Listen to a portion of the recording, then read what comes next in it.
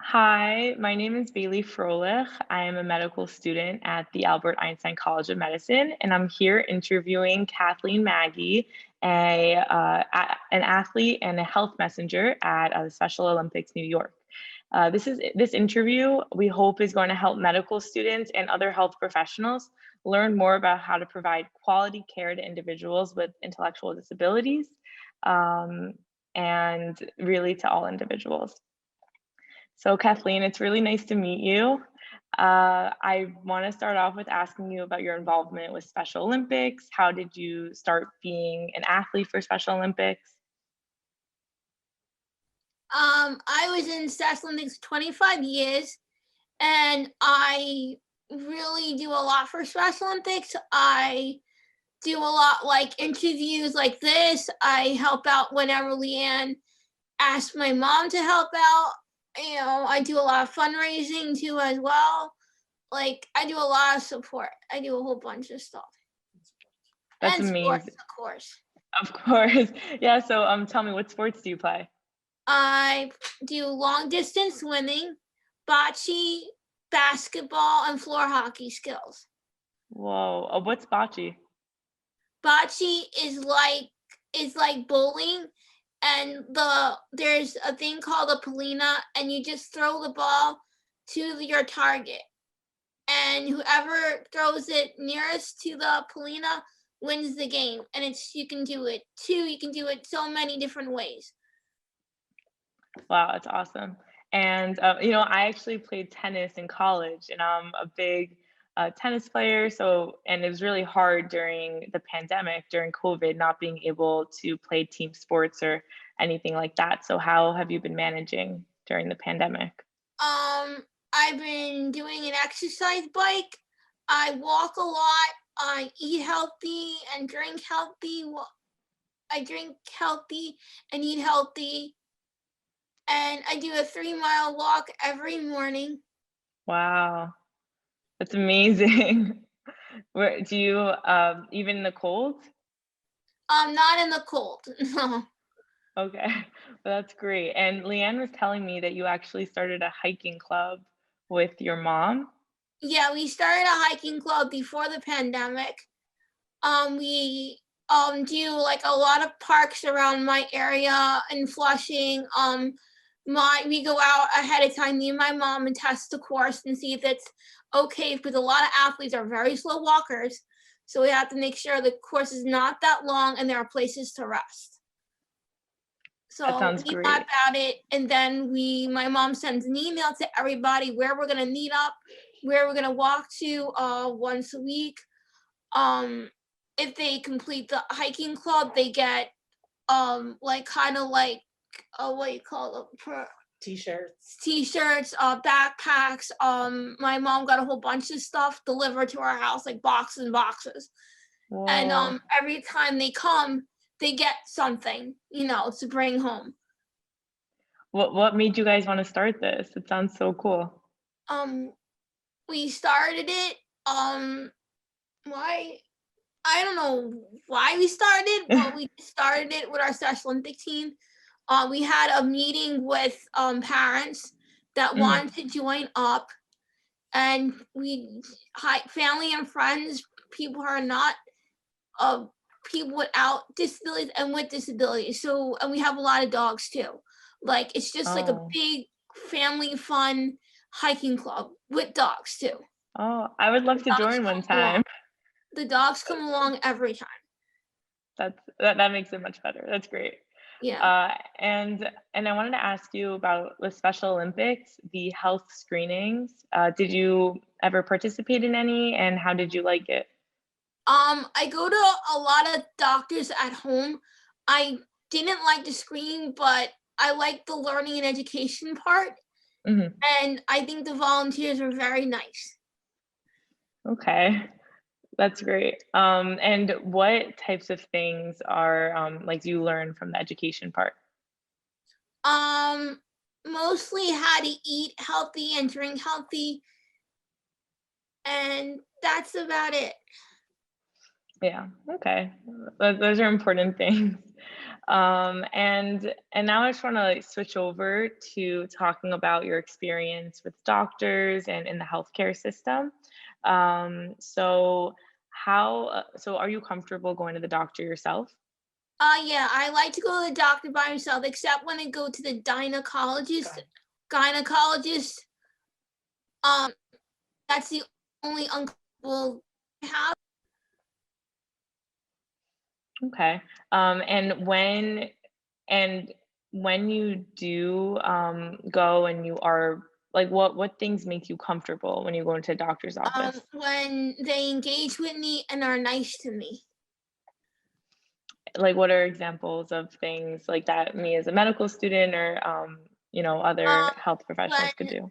my doctor always engages with me when I go to see her, and she's very comforting to me.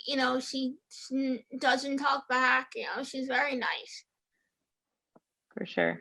And when you do, let's say to the gynecologist, when you do go with your mom, do you find that the doctor is able to talk to both of you or talks to only I you, or how didn't does that go work? with my mom. I went with the Oh, resident staff, and it was a new one. And I felt uncomfortable because she did not let the staff in with me, and I got so upset. I just cried when I went home to my mom. oh man, I'm sorry about She that. wasn't, yeah, she wasn't engaging at all to me. So she should have let in the staff and been more accommodating. Yeah, pretty much. Yeah, I get that. And is there something that, like, let's say you were able to talk to your doctor before you came in to the visit. Is there something you would like to tell them, to look out for to Um, make, well, what people in to look out for is behavior issues.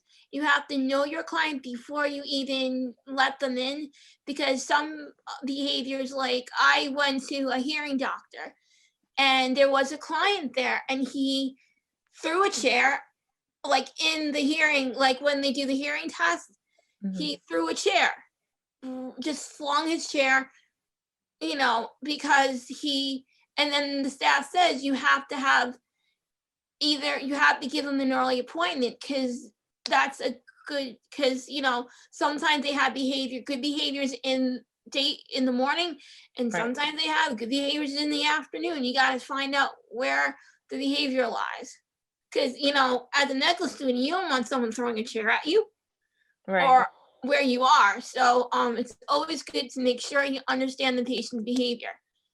It's the top priority. You got to understand the behavior of the patient. 100%. Yeah, thank you so much for sharing that. I You're really welcome. agree with Yeah, I really agree with you, and it's maybe such a simple phone call to go and find that information out, Yeah. to prevent chair throwing or anything else that could Mhm. happen. Do you have any other examples of things that medical students or other health professionals should know? Just to learn their behavior, and just like when you have contact with them, don't have contact with the parents or staff. Just recognize their behaviors and have contact with them. You know, Yeah, and find out like what their behaviors are. Like you're gonna have clients that have like that issue, or clients that have no communication whatsoever. So you have to really listen to the client and learn the behavior before they hit the wherever you're going, and talk thank you. slowly and understand their language. Yes. And what other things, and do you find that there are certain settings in the office, certain things that are there, or lighting, or like layout of it, that's the best for all different types of patients? Where I go to, it's usually like kind of a recliner chair, and the lighting is kind of dim. It's YAI is kind of old, so they have the lighting kind of dim, and that's for every room. Like every client that goes there, that's how it's set up. Right. Okay, fine. And okay, fine. Thank you so much for sharing all of this with me. And I'm just so curious. I want to know more about how you got into advocacy for the ID population, and all the other activities that you do that you were Um, saying before. I got into them by being a part of Special Olympics. I mean, when the when liaisons cools down, and they want me to do something, I just got into it really. By just by doing that, you ask and I give, or you ask and I do through Congress actually. I'm on the health. It's called the Input Council.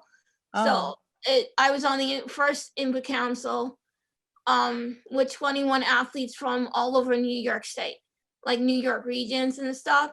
And then every 4 years they'll add people with new, and they wanted me to stay on because I was so good that they wanted me to stick on. that's amazing. Wow. Um, that's awesome. So what things do you do with the council besides for interviews? I do outreach. I do fundraising a lot. Uh, Basically that fundraising and outreach. Hmm.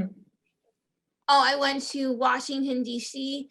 and I spoke to New York City senators and their Wow. staff about how we can do more, like you're doing with me. I did the same thing in Washington D.C. That's so interesting. What did you speak about with them, with the senators? The health part of Special Olympics, things like that. They talked about how much money they need for Special Olympics. Mhm. So I went there and with the head of Special Olympics. I went there with her, the CEO, Stacy Henshinen, and another staff member, and we went around all day long talking to different Congress members about how the fundraising part, and I talked about the healthy part. That must have had such an impact Yeah, and I on gave them. them like a little gift, like when I left for everything. It's amazing. Wow. And It was how Capitol Hill Day. is Capitol Hill. Capitol Hill? Got it. And just to wrap up, I want to ask you one more question. What's your favorite part about being a Special Olympics athlete? Friends, definitely friends. Without Special Olympics, I wouldn't have the friends I have right now. And those are friends like from your teams or other Yeah, teams even? no, my team. My team is my friends, and they're my family too. That's so special. Yeah. Wow, that's awesome. Well, Kathleen, thank you so much for agreeing to this interview. Was there anything else that you wanted to share? Nope. All right, sounds great. Thank you. Thank you.